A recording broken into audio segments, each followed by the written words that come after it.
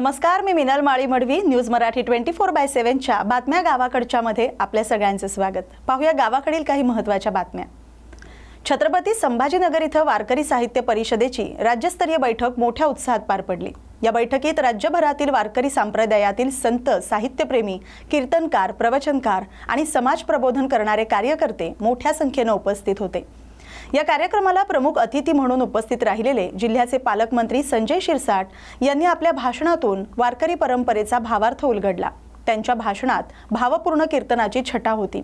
त्यांनी संत तुकाराम, ज्ञानेश्वर आणि नामदेवांच्या अभंगांचा उल्लेख करत समाजात भक्ती आणि एकतेचा संदेश दिला. वारकरी परंपरा ही महाराष्ट्राच्या संस्कृतीचा आत्मा आहे. आजच्या पिढीला या परंपरेचा संस्कार देणं हेच खरं राष्ट्रहिताचं कार्य आहे, असं मंत्री संजय शिरसाट म्हणाले. याचबरोबर त्यांनी संतांच्या मार्गावर चालण्याचं आवाहन करत भक्ती, सेवा आणि साधनेचं महत्त्व सांगितलं. या बातमीचा आढावा घेतलाय प्रतिनिधी प्रवीण खरात यांनी.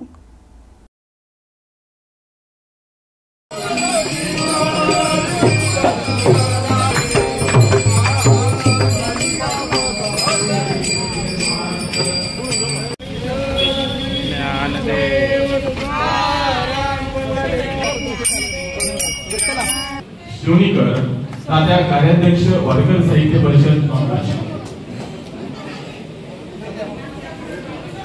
या सर्वच मान्यवरांच्या हस्ते आजच्या या कार्यक्रमाचं दीप प्रज्वलन या ठिकाणी संपन्न होत आहे.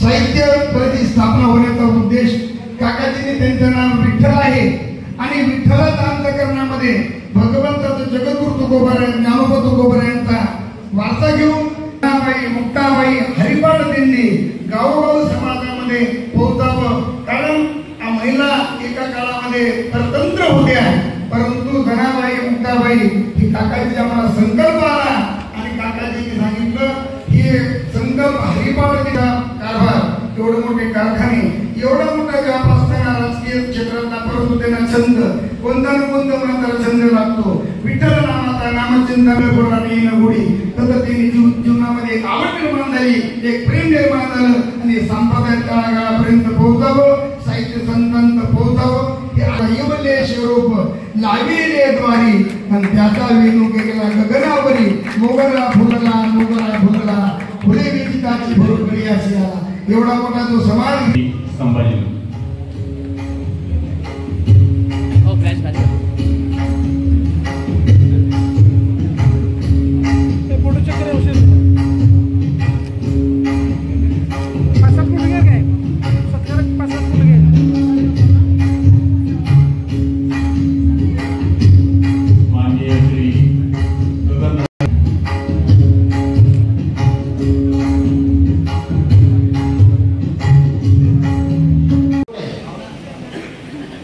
ही जालना, हिंगोली,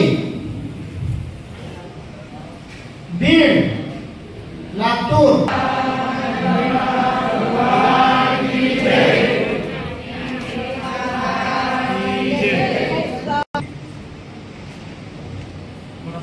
आजच्या या अत्यंत चांगल्या कामासाठी उपस्थित सर्व माझे वारकरी बंधू भगिनी, ज्यांनी हा कार्यक्रम आयोजित केला असे विठ्ठल पाटील काकाजी,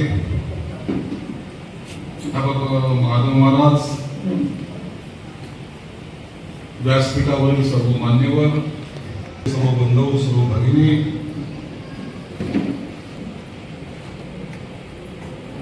ज्यांनी प्रास्ताविकामध्ये माझं नाव हुकवलं होतं त्यांना एकच सांगतो, 60 डोके मोजायचे आणि शिरसाट म्हणायचे.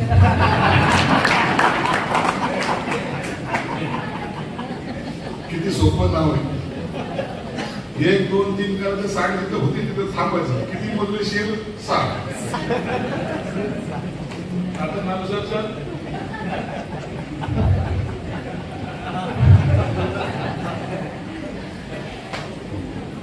या कार्यक्रमाला मला येणं जाऊन जमणार नव्हतं, शक्यही नव्हतं. पण जसा तात्या तसा त्याचा मुलगा मंत्रालयात आला, त्याने सांगितलं की तुम्हाला या कार्यक्रमाला यावंच लागल्यावर तुम्हाला असा कार्यक्रम, मी जाईल कधी, येईल कधी. आता ही 4 वाजता मुंबईला मीटिंग, आता मी जाणार असं 4च्या 8ला जायचं. शिंदे साहेब लेट जातात ते चालतं, परंतु मी लेट जाणं हे सगळं परवडणार नाहीये ना मला. परंतु मुलगा मला म्हणला, साहेब तसं काहीतरी झालं तर काय हरकत नाही, तुम्हाला यायचं असेल तर छोटं विमान घेऊन या. मी म्हणलं विठ्ठल तात्या दिसतो तसा दिसत नाहीये, पैसा जास्त त्यांच्याकडे. उपाध्यक्षकडे नसला म्हणून काय झालं, अध्यक्ष एवढा पॉवरफुल आहे. तुम्ही कपड्याचं उदाहरण देता, त्यांच्या गाडीचं उदाहरण काय दिलं नाही. कधीतरी त्यांच्या गाडीमध्ये प्रवास करत आहोत, कळेल की काय असतं जीवन. आणि मला एका जायचं आणि यायचं याच्यासाठी 10-12 लाख रुपये खर्च करायचे. 1 तासाचा प्रवास, 1 तास येणं, 1 तास जाणं, त्याच्यासाठी 12 लाख रुपये खर्च. नाही ते मी करून घेतो. मी तर पोरगा बापापेक्षा 2 घर पुढे गेले नाही. मला ते शक्य नाही. एखाद्याच्या आनंदामध्ये, एखाद्याच्या कार्यक्रमामध्ये जाताना त्याच्यावर टाकलेला भार हा खऱ्या अर्थाने त्या माणसाला वेदना देऊन जातो, कधी आनंद देऊन जाऊ शकत नाही. माझ्या कार्यक्रमाला आल्यापासून येताना विमानात आला आणि विमानाचा खर्च मी 12 लाख रुपये दिलाय, त्याचं मन दुखणार आहे. तुम्ही किती चांगलं बोलले तरी म्हणून तुम्ही नाही. कार्यक्रम मी अशा ठिकाणी ठेवलेला आहे, तुम्हाला कल्पना नसेल. करोनाच्या काळामध्ये हे सगळं गोडाऊन म्हणून मी यूज करायचो. इथं सर्व अन्न धान्याचे किट होते आणि त्या ठिकाणी माझा आज वारकरी बंधू, माझी भगिनी त्या ठिकाणी आज जमलेली, याचा मला आनंद आहे. हा माझा मतदारसंघ आहे, म्हणून मतदारसंघामध्ये तुमचं स्वागत आहे.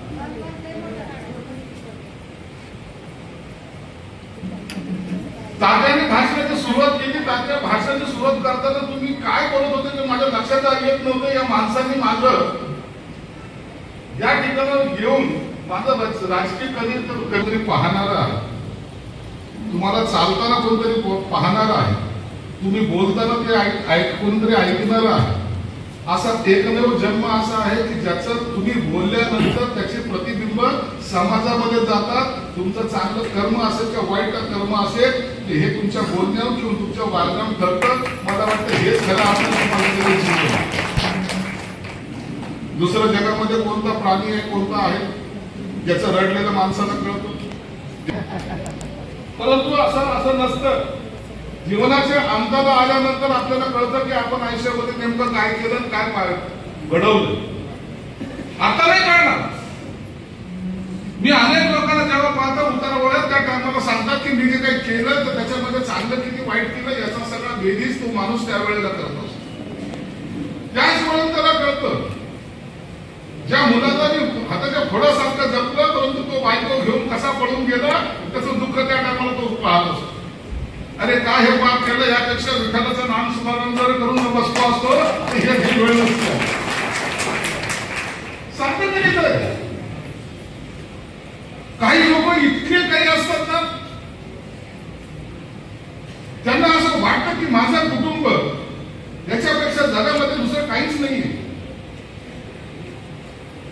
मी असे लोक पाहिलेले आहेत. आमच्याकडे एक अनाथ आश्रम, काय वृद्धाश्रम ज्याला म्हणतात ते आहे. डिव्हिजनल कमिशनर राहिलेले लोक ते वृद्धाश्रमामध्ये दुपारच्या जेवणाला ताट घेऊन बसलेले मी पाहतो. IAS अधिकाऱ्यांनी पाहतो. अनेक महिला अधिकारी पाहिजे. आजही तुम्हाला पाहायचं असेल आलात ना मातोश्री वर्धाश्रमीतून 10 मिनिटाच्या अंतरावर.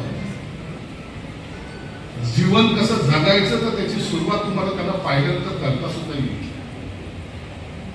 आयुष्य चांगल्याचं घातलं परंतु शेवटी हातात मिळालं काय? मी हे जीवन जगलो कशासाठी हे तू पाहिलं काय? तुम्हाला लोकांना काही द्यायचं नाहीये. तुम्हाला तुमची फक्त वाणी चांगली ठेवायची. वाणी चांगली ठेवली जीवनात सर्व काही मिळतं. काही करू नका. 2-2 किलोच्या 10 किलोचे कोणी सोन्याचा कोणी कशाचा रत्नाचा सर्व देणगी तिथं देतात. देणगी दिल्यानं देव प्रसन्न होतो का? तुमच्यात असलेली भक्ती ही तुम्हाला त्या देव त्याला बाळगतो. देवाला तुमचं काही पाहिजे नाही, त्याला काय करायचंय? असं जर असतं तर असा जर व्यापार झाला असता तर देवाला माझ्यासारख्या किंवा आनंदानं लोकांनी कुंडलभर सोडून दिलं असतं. देवा इकडे पाऊस नको, विठ्ठलाकडे पाहिजेच नाही, फक्त संजय शिरसाटकडे पहा, हे केलं आजीला सोडून होईल का?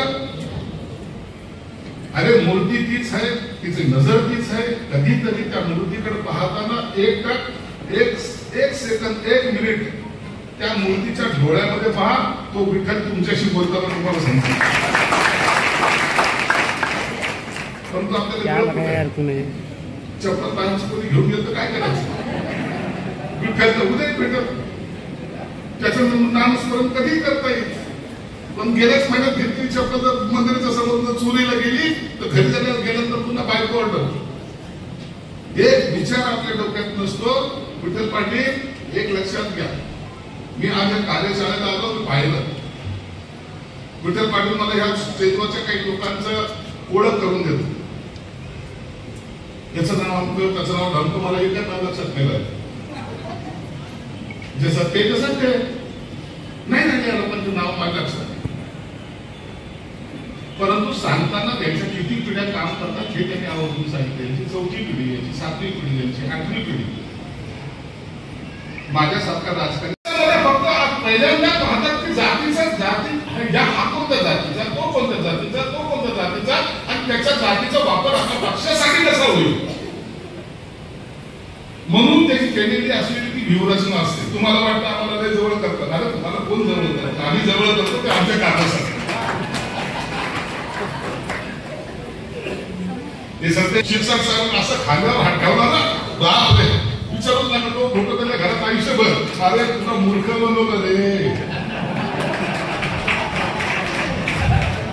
हे तुला कळलं कधी?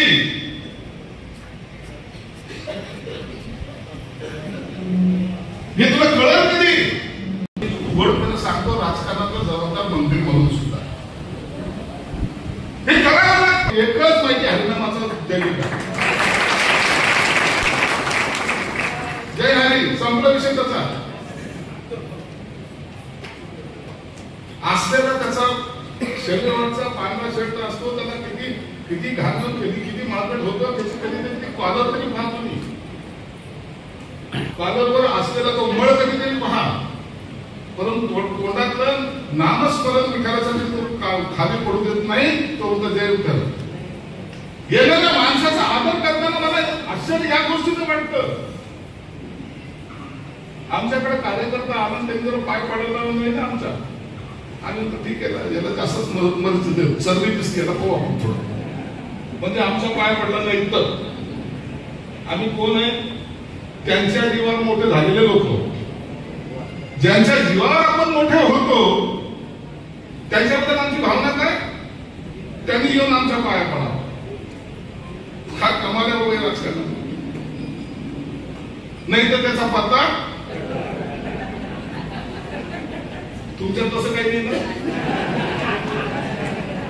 ते होत नाही, ते होत नाही हे मी उघड्या डोळ्यांनी पाहतो.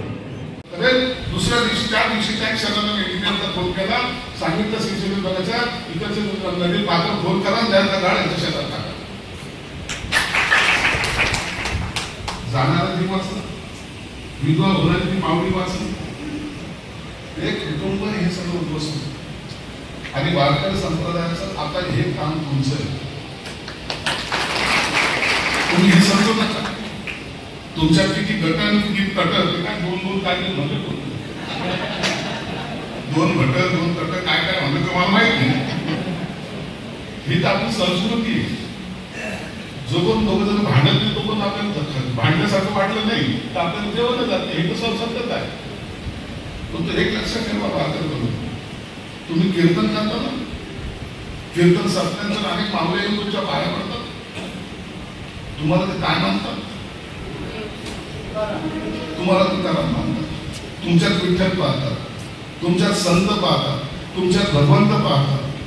आणि अशा वेळेला तुम्ही जर एखाद्याच्या दारात जाऊन जर तुम्ही त्यांना सांगितलं घाबरू नका, परमेश्वर तुमचं भलं करेल, एवढं फक्त वाक्य वापरा, ते कुटुंब सांगणार.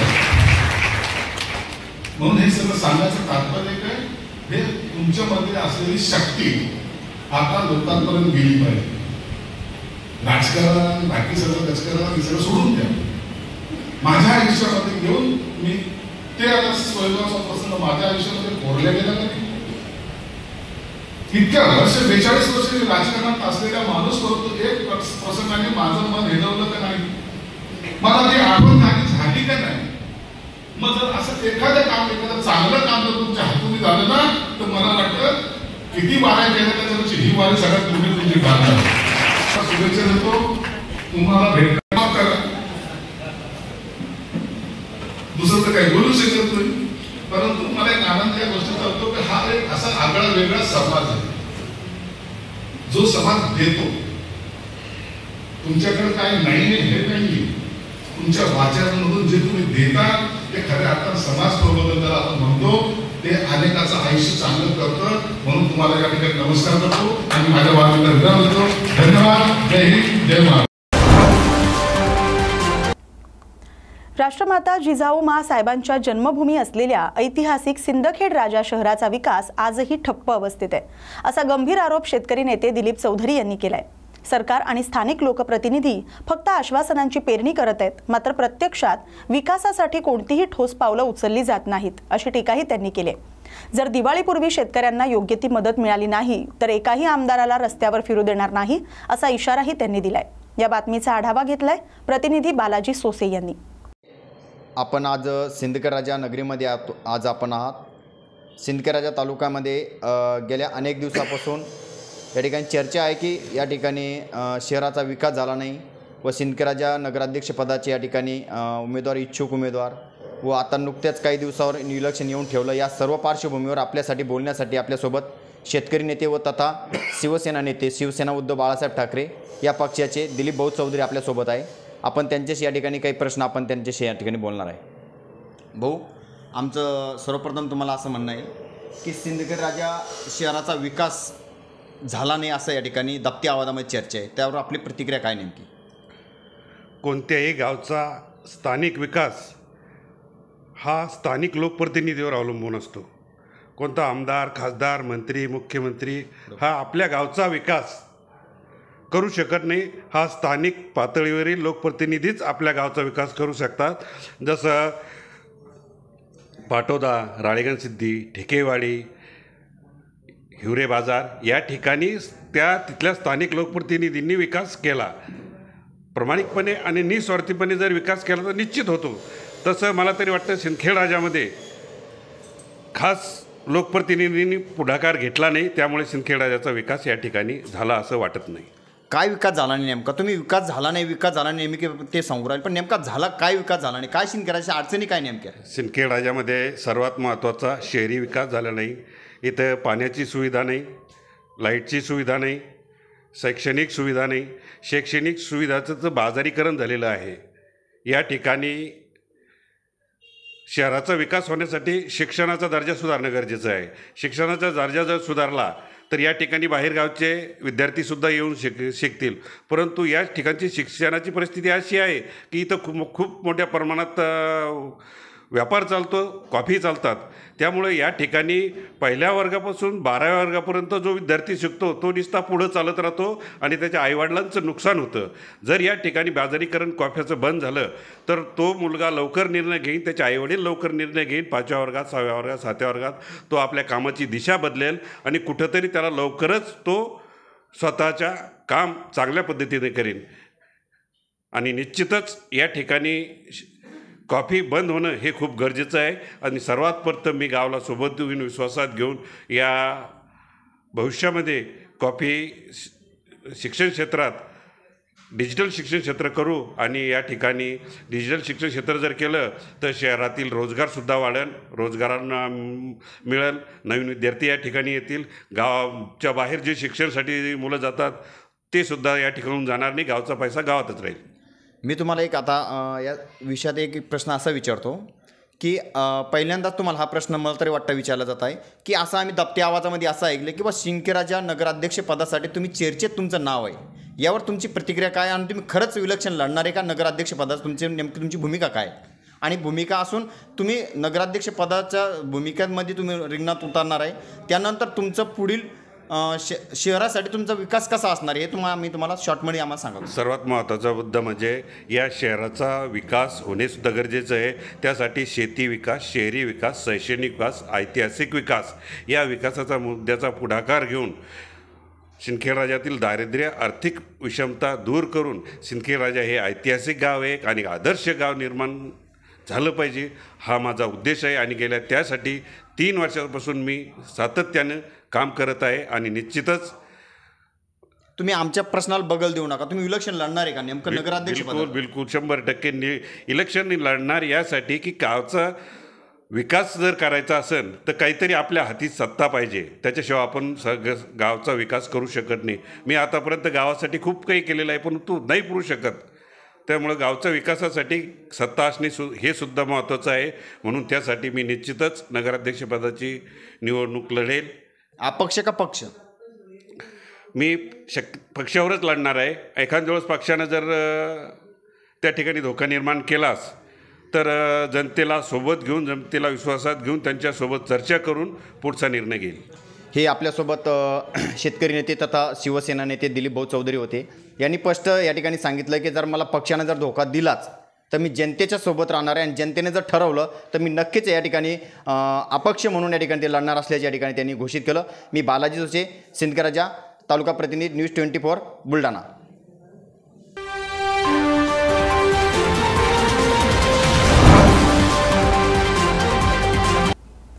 राज्य सरकारनं जाहीर केलेल्या पॅकेजचा ठाम निषेध नोंदवत शेतकऱ्यांना सरसकट कर्जमाफी द्यावी, शेतीमालाला मिळणारा हमीभाव तातडीनं वाढवावा या मुख्य मागण्या ऐरणीवर आल्या आहेत. याच अनुषंगानं आज अमरावती शहरात काँग्रेस पक्षाच्या कार्यकर्त्यांनी हाताला काळ्या फिती बांधून काळी दिवाळी भाकरी आंदोलन केलं. शेतकऱ्यांचं मोठ्या प्रमाणावर नुकसान होत असताना सध्याचं राज्य सरकार फक्त पॅकेजची बनवाबनवी करत आहे असा आरोप आंदोलनात सहभागी झालेल्या कार्यकर्त्यांनी केला. सरसकट आणि सर्वसमावेशक मदतीऐवजी केवळ निवडक भागातच मदत पोहोचवली जाते, जे पुरेसे नाही असं त्यांनी यावेळी नमूद केलं.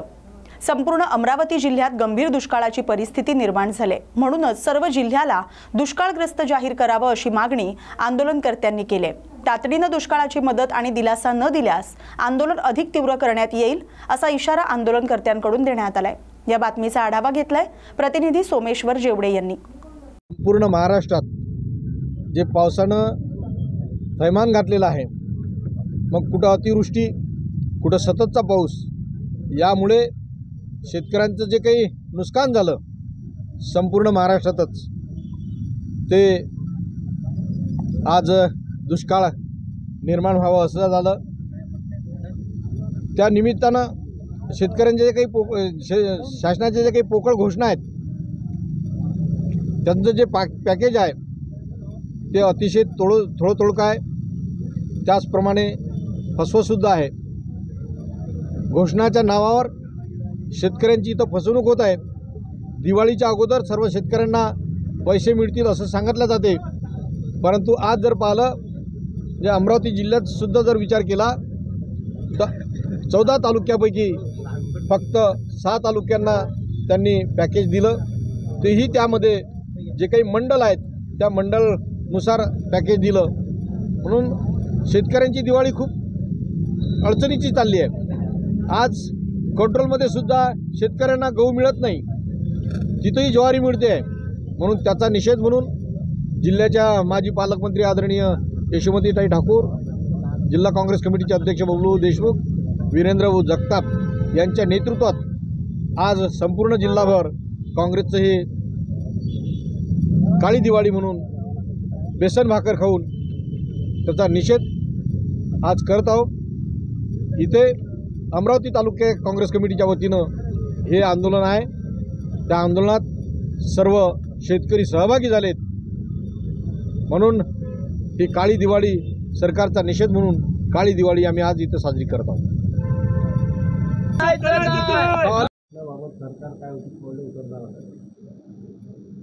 अमरावती तालुका काँग्रेस कमिटी ग्रामीणच्या वतीने तहसील कार्यालय अमरावती येथे आज शेतकऱ्यांना दिवाळीपूर्वी शासकीय मदत मिळावी यासाठी त्यांनी आज इथे निवेदन दिलेले आहे।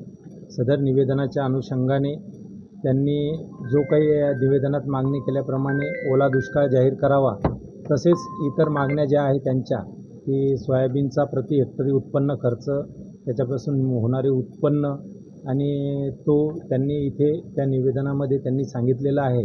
त्या अनुषंगानं तसेच इतर बाबी ज्या आहे, पीक विम्याची रक्कम असेल किंवा त्यांना शासनाने जाहीर केलेली मदत तात्काळ शेतकऱ्यांना पोहोचवण्यापर्यंत त्यांनी जे निवेदन दिलेलं आहे, या अनुषंगानं ज्या बाबी आमच्या तहसील कार्यालयाच्या स्तरावर सुद्धा शासनाकडून निधी प्राप्त झालेला आहे, त्यामुळे त्या निधीमध्ये तो निधी शेतकऱ्यांच्या खात्यामध्ये काही पाठवण्यात आलेला आहे। तसेच त्यामध्ये नवीन सर्वे करूनसुद्धा रिपोर्ट शासनाकडे पाठवण्यात आलेला आहे। तसेच हे शासनाकडे जे निवेदन आज तालुका काँग्रेस कमिटीच्या वतीने तहसीलदार कार्यालय अमरावती येथे देण्यात आले, हे निवेदन तात्काळ मान्य जिल्हाधिकारी अमरावती यांच्यामार्फत शासनास सादर करण्यात येईल। शासनानं आपल्याकडे निधी पाठवलेला आहे, परंतु अद्यापही शेतकऱ्यांच्या खात्यामध्ये पैसे गेलेले नाही आहेत, केव्हापर्यंत जातील काय वाटतं? त्यामध्ये आपल्याकडे जो काही निधी प्राप्त झालेला होता, अमरावती तालुक्यामध्ये जवळपास 24,627 शेतकऱ्यांचा पंचनामे आपण केले होते। त्यामध्ये 21,000च्या वर शेतकऱ्यांची माहिती अपलोड केलेली आहे। त्यामध्ये जे काही शेतकऱ्यांची काय म्हणता येईल त्याला प्रलंबित आहे, KYC शिवाय प्रलंबित दिसून येत आहे, त्यांना तात्काळ त्यामध्ये कार्यवाही करून त्यांच्या खात्यात उर्वरित शेतकऱ्यांच्या खात्यात रक्कम पाठवण्यात आलेली आहे। यामध्ये सुद्धा तात्काळ कार्यवाही करण्यात येईल। सरासरी 1 क्विंटल आणि एका फक्त 3च क्विंटल सर्व परिस्थितीमध्ये फक्त हा विषय येतो की अशा परिस्थितीमध्ये शेतकऱ्यांनी दिवाळी करायची तर कशी?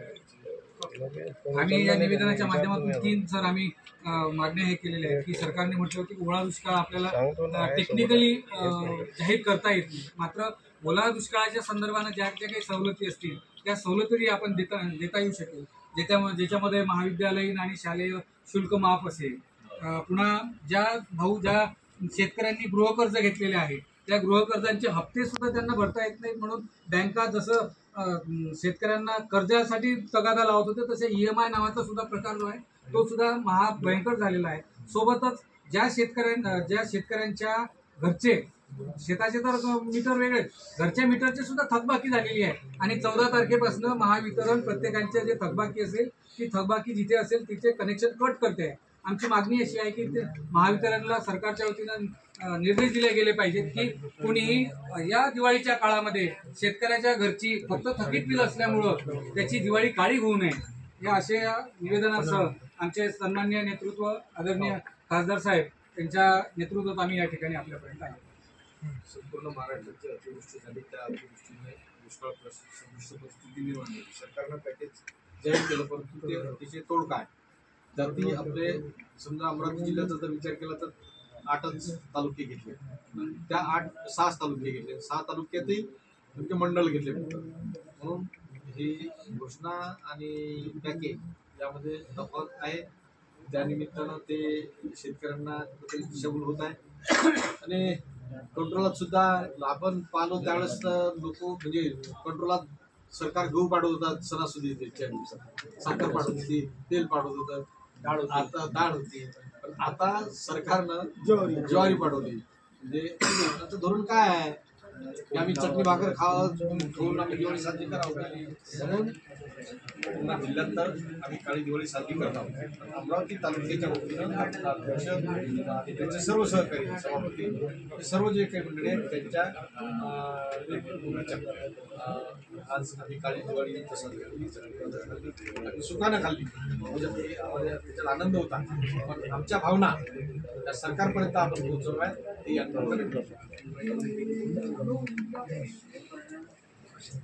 बाळासाहेब या ना. बाळासाहेब आमच्या भावना सरकारपर्यंत पोहोचवा.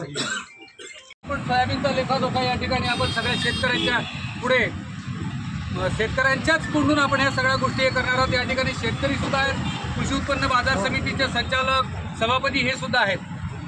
मित्रांनो मला सांगा, वावर तयार करायला एकरी खर्च किती येतो? शेतकरी सांगतील. वावर तयार करायला खर्च किती येतो? 3,000 बरोबर आहे. 3,000 एकरी 3,000. नांगरणी आणि वखरणीला खर्च त्याच्यामध्ये इन्क्लूड आहे. तर पेरणीमध्ये बियाणे, खत आणि ट्रॅक्टर 7,000. त्यानंतर फवारणी किती द्यावं लागतात? जे यावेळेला तणनाशकाचे सुद्धा फवारे द्यावे लागले तर सरासरी 4 आपल्याला फवारे द्यावे लागतात. फवाराचा खर्च किती असेल एकरी?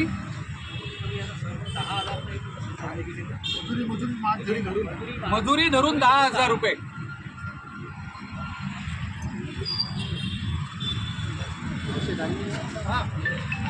फवारणी खर्च, डवरणी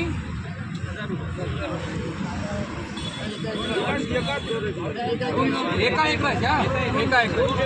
त्यानंतर पीक तयार झालं आहे. आता सोंगणी हा सगळ्यात दिव्याचा जो विषय आहे तो सोंगणीचा आहे, ज्याच्यामध्ये मजूर मिळत नाही. आम्हाला या इथल्या शेतकऱ्यांना मेळघाटातून मजूर आणावा लागतो. तर सोंगणीचा खर्च किती येतो एकरी? 3,000 रुपये. आम्ही हा खर्च जो आहे तो कमीत कमी सांगतो. मळणीचा खर्च 1,500 रुपये एकर.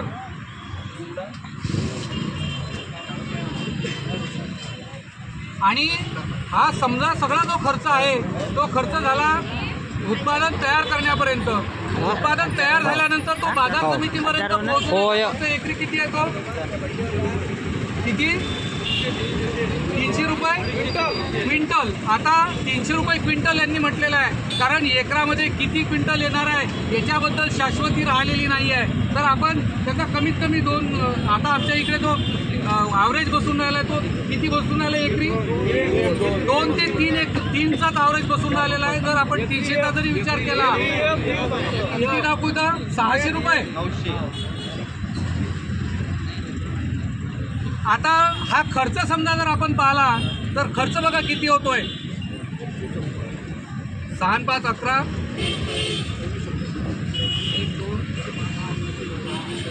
5 6 7 13 हो 2 मिनिटं.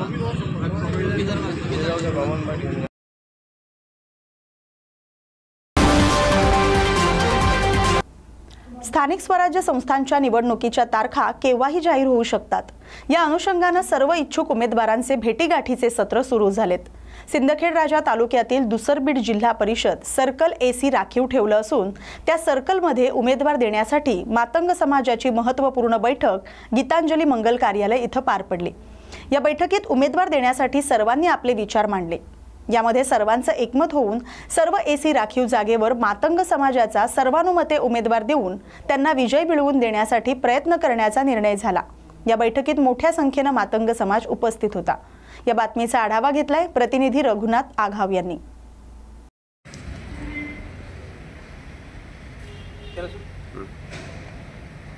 आज दुसऱ्या येथे गीतांजली कार्यालयावर आपल्या मातंग समाजाच्या बैठक त्या बैठकीचा काय विषय होता?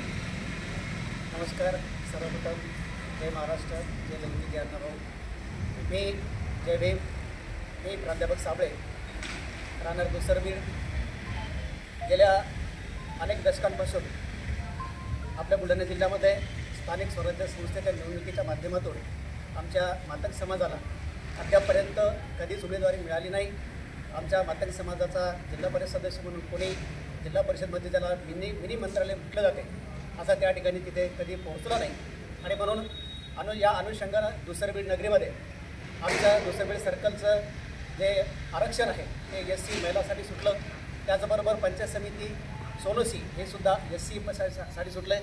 त्याचबरोबर बुलढाणा जिल्ह्यामध्ये ज्या ज्या ठिकाणी SC आरक्षण सुटलं असेल त्या ठिकाणी आम्ही सगळेच पक्षांना या ठिकाणी मागणी करणार आहोत की मातंग समाज महाराष्ट्रामध्ये फार मोठ्या संख्येने आहे आणि आता राजकारणामध्ये सुद्धा सक्रिय आहे. त्यामुळं आम्ही रेटानं आणि अभिमानानं त्या ठिकाणी सगळ्या पक्षांना आम्ही उमेदवारी मागणार आहोत. आणि निश्चितपणे आम्ही हिंदू म्हणून त्या ठिकाणी आम्हाला जे बोललं जातं परंतु आम्हाला तसा न्याय मिळत नाही. आणि म्हणून या म्हणजे संपूर्ण जिल्हा परिषद सर्कलच्या माध्यमातून किंवा ज्याला स्थानिक स्वराज्य संस्था निवडणुका म्हणतो आपण, या स्थानिक स्वराज्य संस्थेमध्ये आमच्या मातंग समाजाला त्या ठिकाणी निश्चितपणे प्रत्येक पक्षाकडून उमेदवारी मिळेल आणि त्या ठिकाणी मातंग समाजाला म्हणजे मातंग समाजावर अन्याय होणार नाही. आणि उमेदवारी मिळत असताना त्या ठिकाणी पक्षहीसुद्धा आमच्या समाजाला निवडून दिल्याशिवाय राहणार नाही. आमच्या समाजातला उमेदवार पंचायत समिती असेल त्या सदस्य असेल किंवा जिल्हा परिषद सदस्य असेल तर त्या ठिकाणी जिल्हा परिषदेमध्ये गेल्याशिवाय राहणार नाही अशी या ठिकाणी ग्वाही. हे होते मातंग समाजाचे कार्यकर्ते आणि त्यांनी ठाम निर्धार केला आहे की आम्ही या निवडणुकीमध्ये पूर्ण ताकदीनिशी उतरणार. रघुनाथ आघाव, न्यूज मराठी 24/7, दुसरबीड, बुलढाणा.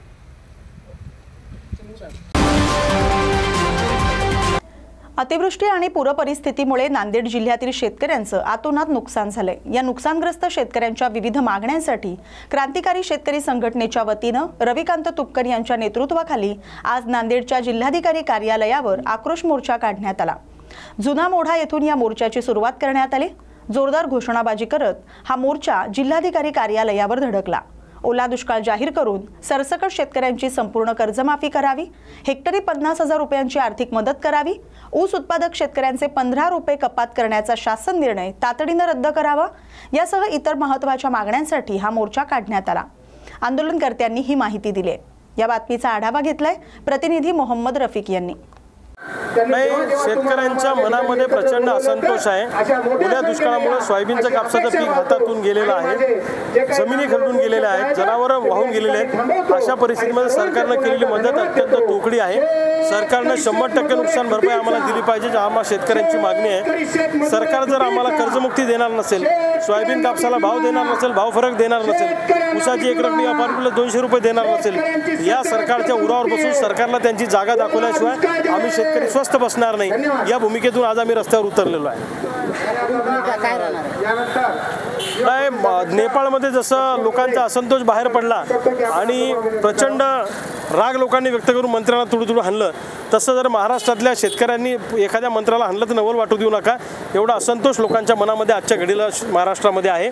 महाराष्ट्रातल्या शेतकऱ्यांचा असंतोष सरकारला परवडणार नाही. एक नवी क्रांती तुम्हाला महिनाभरात या राज्यामध्ये झालेली दिसेल. सरकार मदत दिल्याचं वारंवार सांगत आहे. सरकारनं जे 31,500 कोटीचं पॅकेज सांगितलं हे साफ खोटं आहे. 6,500 कोटीचंच मूळ पॅकेज आहे. उरलेलं जे रक्कम आहे ते जुनीच अनुदान जे आम्हाला मिळतं नुकसान भरपाई ती त्यात ॲड केलेली आकडा फुगून सांगितलेला आहे. हेडलाईन मॅनेजमेंटचा भाग केलेला आहे, फक्त मीडियामध्ये गवगवा केला, पण प्रत्यक्ष शेतकऱ्याला काही दिलासा मिळेल असं मला वाटत नाही. थँक्यू.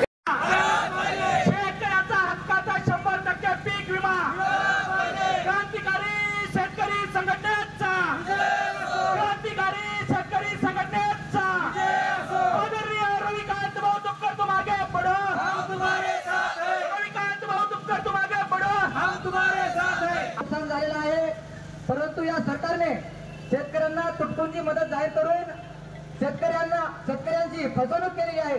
त्यामुळे क्रांतिकारी शेतकरी संघटनेच्या वतीने शेतकरी संघटनेचे संस्थापक अध्यक्ष माननीय रविकांत भाऊ तुपकर व तसेच युवक प्रदेशाध्यक्ष लक्ष्मण भाऊ मोरे, जिल्हाध्यक्ष भारत माता की भारत माता की शेतकरी एकजुटीचा सोयाबीन कापसाला भाव अरे कोण म्हणतो देणार नाही.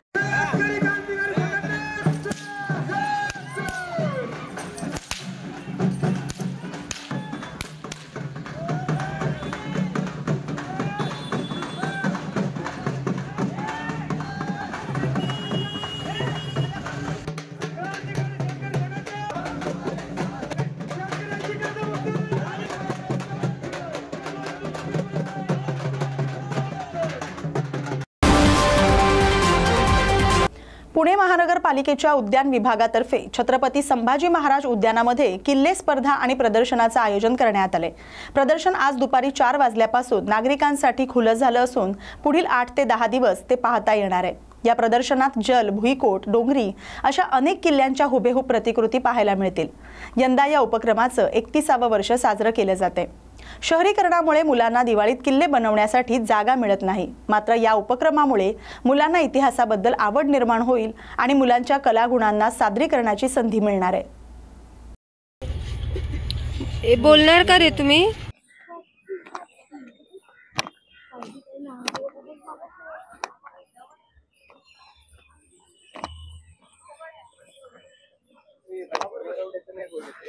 येरवड्याचं नाही बोलू।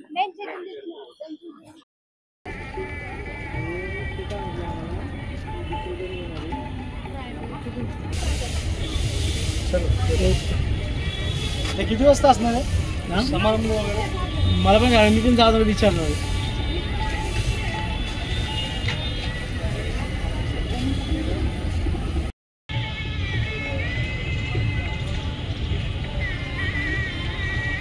हॅलो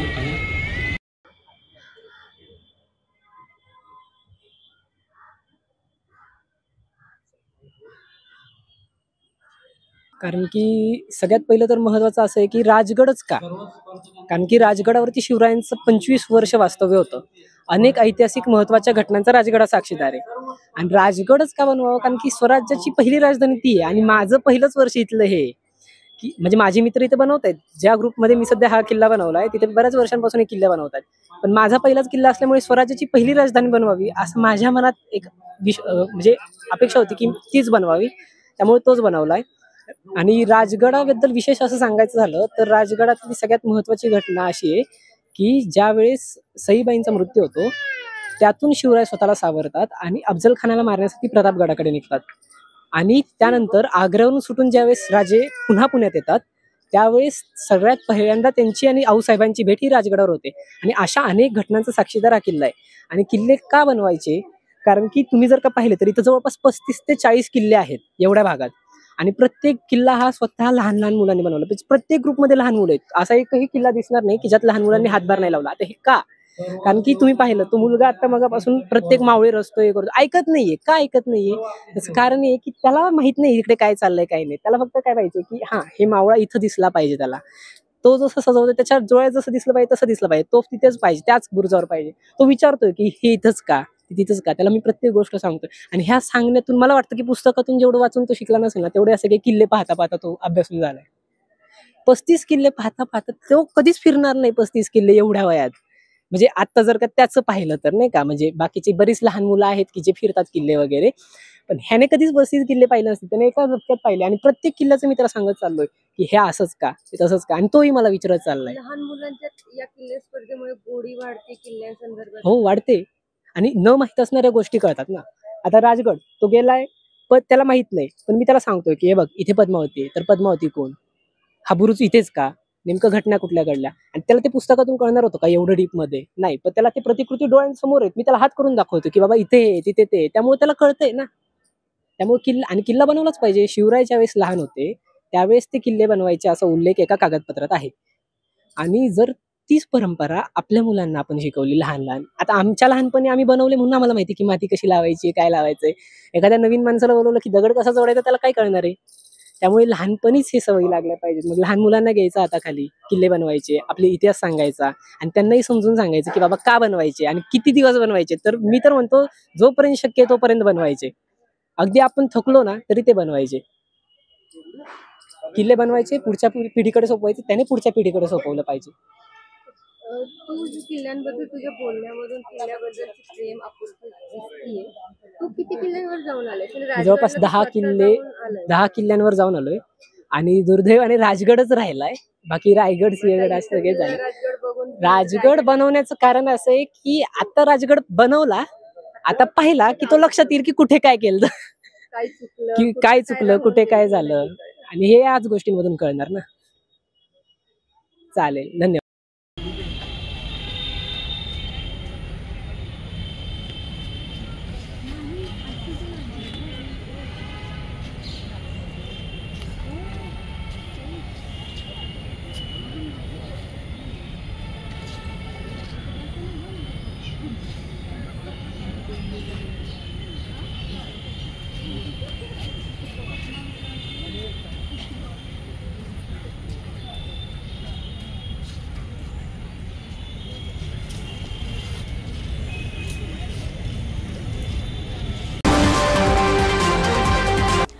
अतिवृष्टीनंतर झालेल्या नुकसानी संदर्भात मुख्यमंत्री आणि दोन्ही उपमुख्यमंत्र्यांनी भरीव मदत जाहीर करून शेतकऱ्यांना दिलासा दिला असल्याची भावना राज्याचे पणन आणि शिष्टाचार मंत्री जयकुमार रावल यांनी व्यक्त केली।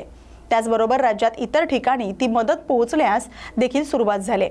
धुळे जिल्ह्यात लवकरात लवकर ही मदत मिळावी यासाठी आपण प्रयत्न करत असल्याचं जयकुमार रावल यांनी स्पष्ट केलंय। ज्या नुकसानग्रस्त शेतीची अद्यापही शासनातर्फे दखल घेण्यात आलेली नाही त्या संदर्भात देखील सूचना संबंधित अधिकाऱ्यांना देण्यात आल्या असून त्यांचे लवकरात लवकर पंचनामे होऊन त्यांना मदत मिळेल असं रावल म्हणाले।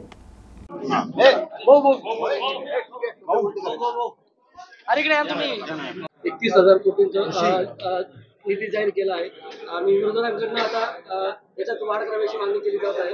त्या संदर्भात आंदोलन देखील केले जात आहे। राज्य सरकारने भरीव अशी तरतूद ही आपल्या या दुष्काळ आणि याच्यामध्ये अतिवृष्टी संदर्भात केलेली। मी राज्याचे मुख्यमंत्री राज्याचे दोघे उपमुख्यमंत्री यांचं मनापासून आभार आणि अभिनंदन व्यक्त करतो। दिवाळीच्या अगोदर अनेक जिल्ह्यांमध्ये ते पैसे यायला लागलेत।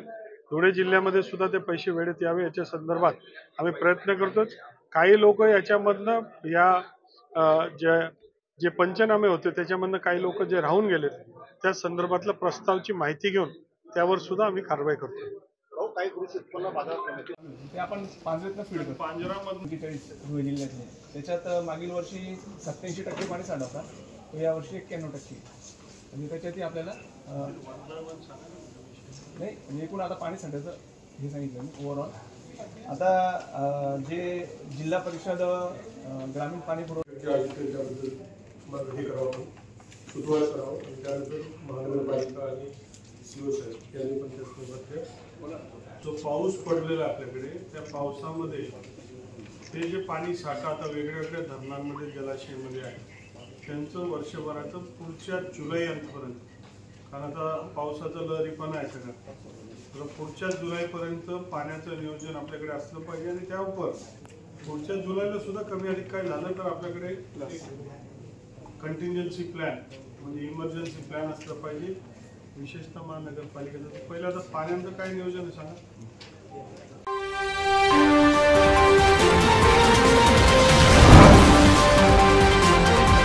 मराठवाड्यातील धाराशिव मधल्या पूरग्रस्तांच्या मदतीला अकोला जिल्ह्यातील माणुसकी धावून आले। अकोट तालुक्यातील देवरडा गाववासियांना मराठवाड्यातील धाराशिव मधील पूरग्रस्तांच्या मदतीसाठी दैनंदिन वापरातील अन्नधान्याचा ट्रक रवाना केलाय। दैनंदिन वापरातील अन्नधान्यासह कपडे आणि इतर जीवनोपयोगी वस्तूंचा यात समावेश आहे। जवळपास 20 क्विंटल धान्य गावकऱ्यांनी लोकवर्गणी करून धाराशिव मधल्या पूरग्रस्त लोकांच्या मदतीसाठी पाठवलंय। शनिवारी या मदतीचं वाटप गरजूंना धाराशिव इथं वितरित करण्यात येणार आहे। धाराशिव जिल्ह्यामध्ये आमचे काही सहकारी मित्र आहेत, त्यांनी तिथली परिस्थिती सांगितली आणि मोबाईलवर खूप बघत होतो आपण या सगळ्या गोष्टी। या करत असताना माझ्या मित्रांना मी म्हटलं सहज की आपण काहीतरी करायला पाहिजे लोकांसाठी। मग एक छोटीशी बातमी आम्ही टाईप केली आणि ती सर्क्युलेट केली मोबाईलवर मित्रांच्या। तर आमच्या गावातले जे सहकारी आहे, देवरडा म्हणून छोटंसं गाव आहे माझं 100 घरांचं अकोट तालुक्यात, तर तिथले हे काही सहकारी मित्र यांनी म्हणे आपण गावातलं काही करू। असं करता करता आमच्या गावात एक 10-12 क्विंटल आम्ही तिथं जमा केलं आणि त्याच्यात एक छोटा बिस्किटच्या पुड्यापासून तर 20 किलो धान्यापर्यंत, कोणी 50 किलो साखर दिली। असं हे एक जवळजवळ आता 20 क्विंटल किराणा हा जमा झाला आहे आणि त्या मुलांसाठी तिथल्या लोकांसाठी, लहान मुलांसाठी हा आम्ही तिथे वाटप करणार। याची कुठे आम्ही काही जाहिराती नाही केल्या किंवा काही हे नाही।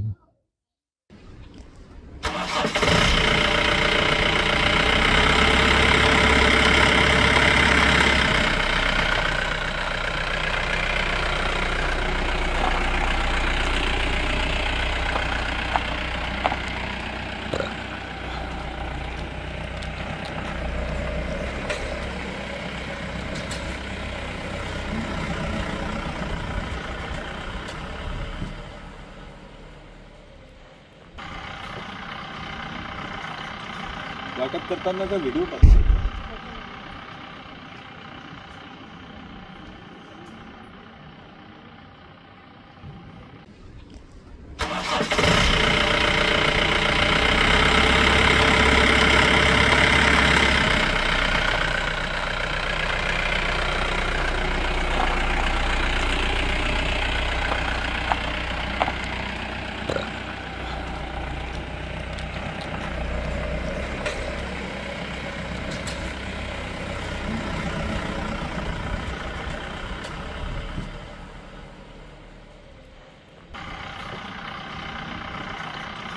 वाटप करतानाचा व्हिडिओ टाकतो.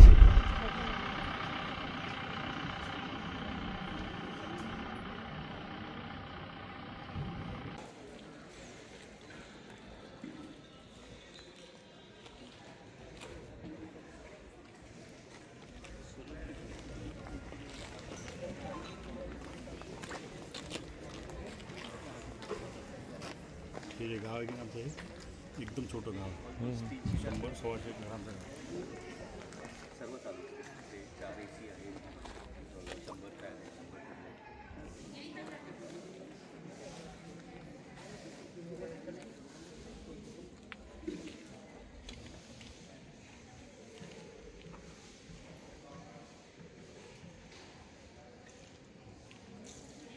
100 काय चप्पल हे सर्व प्लेयर्स आहेत, हे डिव्हिजन खेळायला गेले, त्यांची परीक्षा नाही, तशी सुट्टी लागली कालपर्यंत. हे आता फक्त परीक्षेला आले. हे डिव्हिजनला आमची फायनलला होती, एका पॉईंटनी हरली. हां हो 2-3 घ्या बरं झालं. चल समोरून उभं राहतो, मागून उभं राहतो.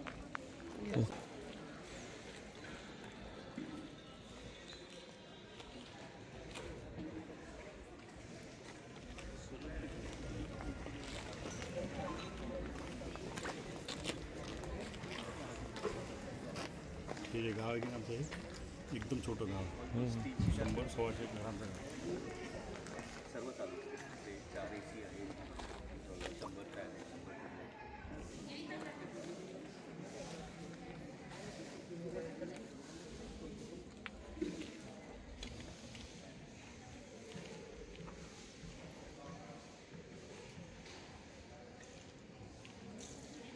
100 काय चप्पल नाही. हे सर्व प्लेयर्स आहेत, हे डिव्हिजन खेळायला गेले, त्यांची परीक्षा नाही, तशी सुट्टी लागली कालपर्यंत. हे आता फक्त परीक्षेला आले. हे डिव्हिजनला आमची फायनलला होती, एका पॉईंटनी हरली. हां हो 2-3 घ्या बरं झालं. चल समोरून उभं राहतो, मागून उभं राहतो.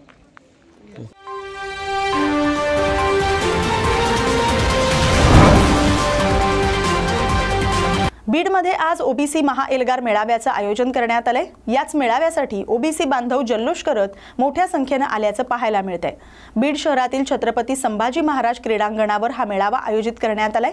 या मेळाव्यासाठी ओबीसी बांधवांची मोठी गर्दी असल्याचं पाहायला मिळतंय.